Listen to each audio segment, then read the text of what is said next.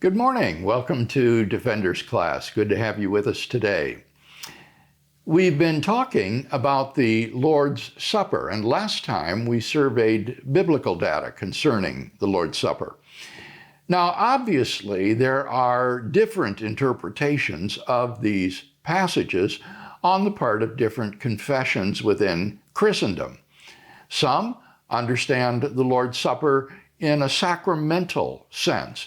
They hold that these passages indicate that the Lord's Supper is in some sense a special means of God's grace. Others, however, think of the Lord's Supper merely as a sort of memorial meal that is done in remembrance of Christ and his death. So let's look today at some of the various theological interpretations of the practice of the Lord's Supper. First, the strongest, and I think we can say the most radical interpretation of the Lord's Supper is the doctrine of Transubstantiation. This doctrine is taught in the Roman Catholic Church. According to the doctrine of Transubstantiation, the wine and the bread consecrated by the priest are actually turned into the body and blood of Christ. Now, you might say, well, it certainly doesn't look that way. If you were to analyze these elements chemically, it's just bread and wine. It's not blood and human flesh that is there. But here, Catholic theologians have distinguished along the lines of classical Aristotelian metaphysics between a substance and its accidents or contingent properties. The substance of a thing is the thing itself. For example, I am essentially a human being, but I have a certain weight, a certain skin color, a certain number of hairs on my head, a certain height. And these are all accidental properties which I possess. They are not essential to me.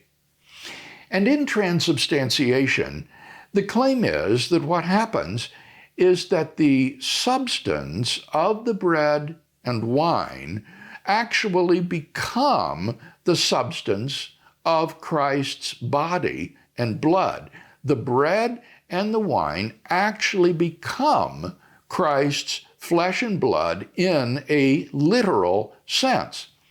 But the accidents of the bread and the wine remain, so that it looks, to all appearances, like bread and wine, because the color, the taste, the consistency, the porousness, the liquidity, and the other properties of the bread and the wine are held constant, even though it has undergone a substantial change.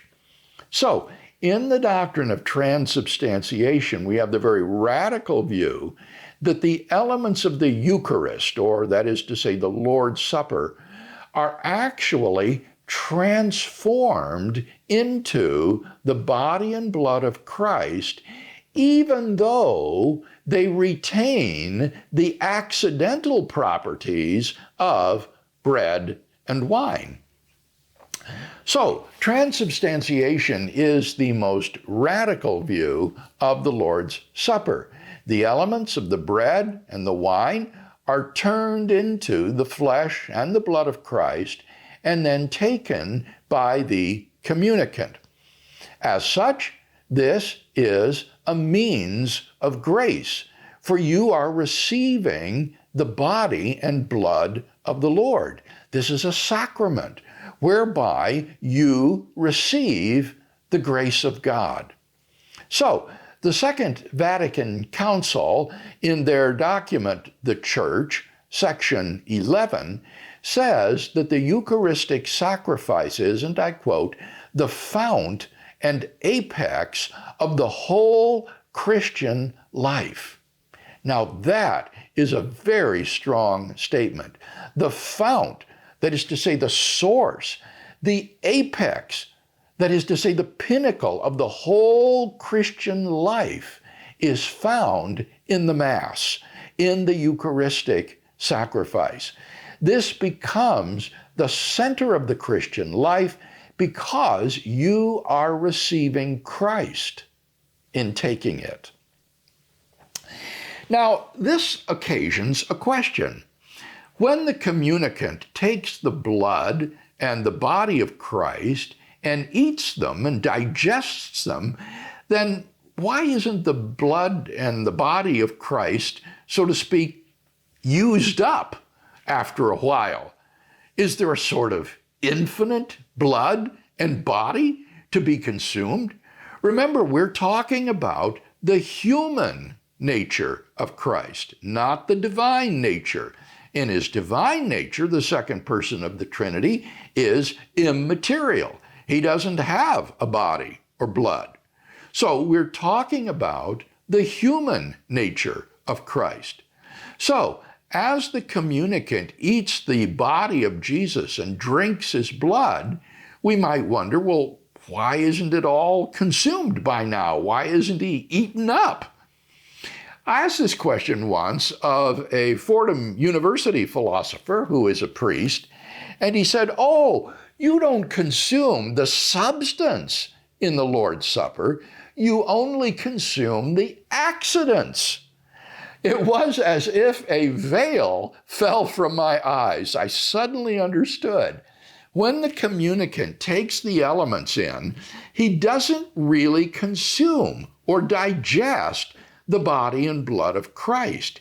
He only consumes the accidents, and that's why they're not used up. Now, that puts a rather different perspective on transubstantiation. I remember talking to a young Catholic woman once who said to me that she liked the doctrine of transubstantiation because it made her feel so close to Christ, because she was actually eating his flesh and drinking his blood. It was such an intimate union with Christ. Well, that's not really true on the classic doctrine. She is really only consuming the accidents of the bread and the wine, not the substance of the Lord's body and blood. Let me say a word now about the history of the doctrine of transubstantiation. Early church fathers such as Justin Martyr, Irenaeus, and Tertullian used language of the real presence of Christ in the Eucharist. Now, that isn't necessarily to say that they believed in transubstantiation or Christ's physical bodily presence in terms of the body and blood of Christ. The church father, Cyprian at least, took these elements of the bread and the wine to be at best symbolic of the body and blood. They weren't transformed into the body and blood of Christ. They were merely symbolic. But then during the 3rd century after Christ, and especially in the East, in the Greek-speaking part of the Roman Empire, the view of the elements as signs, types, or figures gave way to a substantial identification of the elements with the body and blood of the Lord, and an actual change of the elements into the body and blood of Christ. Cyril of Alexandria, for example, asserts that the elements are transformed into the body and blood of Christ. An especially important figure is St. John of Damascus, or John Damascene, whose dates are 675 to 749. In John Damascene, we have the full-fledged doctrine of transubstantiation. He denies that there is any sort of dual reality of bread and wine on the one hand, along with the body and blood on the other. Rather, the elements are actually changed into and become the body and blood of Christ. By contrast, in the West, Augustine and most of the Western theologians tended to be symbolists. There isn't an actual transubstantiation taking place, but these elements represent the body and blood of Christ. But in the East, the view of transubstantiation gained ground and later, as we'll see, was ratified as official Roman Catholic doctrine. The controversy between a symbolic understanding and a substantial understanding of the elements occurred again in the 9th and in the 11th centuries, and they became a matter of considerable theological dispute. In the 9th century, Radbertus and Ratramnus disputed the nature of the elements. That was around the year 860. Radbertus was a realist and held that the elements really were the body and blood of the Lord. By contrast, Ratramnus said that these were merely symbols of the body and blood of the Lord. This controversy broke out again in the 11th century, this time between Lanfranc, around 1089, and Berengarius, around 1088. Lanfranc was a realist who believed in the transformation of the elements into the body and blood of Christ, while Berengarius was the symbolist in this dispute. So the debate between symbolists and realists has cropped up historically in the Roman Catholic Church periodically. But in the year 1215, the Fourth Lateran Council promulgated transubstantiation as official Catholic doctrine. The council declared that the substance of the bread and wine literally become the flesh and blood of Christ, and so that became official Roman Catholic doctrine. There is one other aspect of the Catholic doctrine of the Lord's Supper that we'll want to look at next time, and that is the extent to which the Eucharist is a repetition of the sacrifice of Christ on the cross.